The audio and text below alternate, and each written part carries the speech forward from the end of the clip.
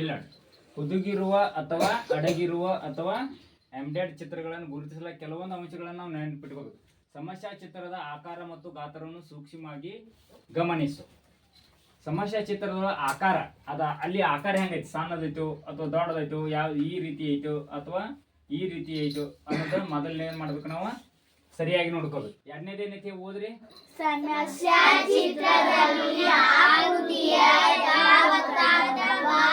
ಸೇರಿಕೊಂಡಿರುವ ಉತ್ತರ ಚಿತ್ರಗಳನ್ನು ಗುರುತಿಸಿ ಪರಸ್ಪರ ಹೋಲಿಕೆ ಮಾಡಿ.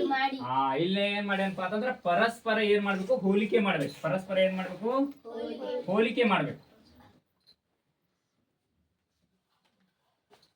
ಪರಸ್ಪರ ಏನ್ ಮಾಡ್ಬೇಕು, ಹೋಲಿಕೆ ಮಾಡ್ಬೇಕು. ಇಲ್ಲಿ ಕೊಟ್ಟ ನೋಡ್ರಿ, ಪರಸ್ಪರ ಹೋಲಿಕೆ ಮಾಡ್ಬೇಕು. ಇದಕ್ಕ ಏನ್ ಮಾಡ್ಬೇಕು, ಟ್ಯಾಲಿ ಮಾಡ್ಬೇಕು, ಹೋಲಿಕೆ ಮಾಡ್ಬೇಕು. ಈಗ ಒಂದ್ ಚಿತ್ರ ತೆಗೆದಿರ್ತಾನ, ಈಗೊಂದು ಪ್ಲಸ್ ಚಿತ್ರ ಐತಿ, ಇದ್ರೊಳಗೆ ಹಿಂಗ್ ಕೊಟ್ಟಿರ್ತಾನ. ಈ ಚಿತ್ರ ಅಡಿಗಿರೋದು ಕೊಟ್ಟಿರ್ತಾನ. ಇಲ್ಲಿ ಏನ್ ಕೊಟ್ಟಿರ್ತಾನ, ಒಂದು ಸಮಸ್ಯೆ ಚಿತ್ರಗಳನ್ನ ಕೊಟ್ಟಿರ್ತಾನ.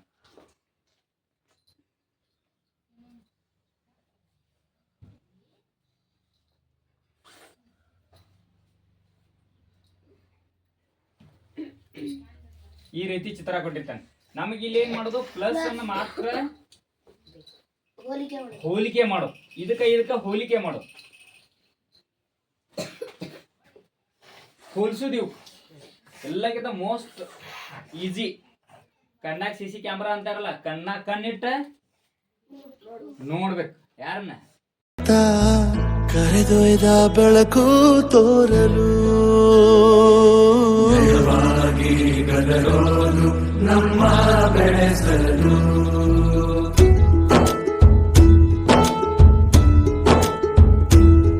ಭಾಷೆ ಅಮೃತ ಕುಡಿಸೋ ತಾಯಾಗಿ, ಭಾಷೆ ಅಮೃತ ಕುಡಿಸೋ ತಾಯಾಗಿ, ಭವಿಷ್ಯ ಬರೆವಂತ ತಂದೇನೋ ಆಗಿ, ಬರೆವಂತ ತಂದೇನೋ ಆಗಿ, ಚಂದದ ಜೀವನನ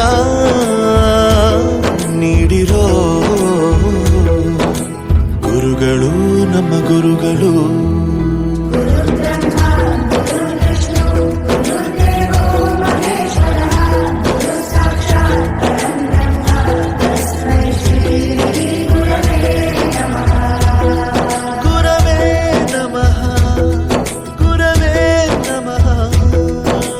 ಬಳಪ ಹಿಡಿದ ಭಗವಂತ ಇರುತ್ತಾನೆ ನಮ ಸುತ್ತ, ಅವತಾರ ನಾನಾ ರೂಪವೋ.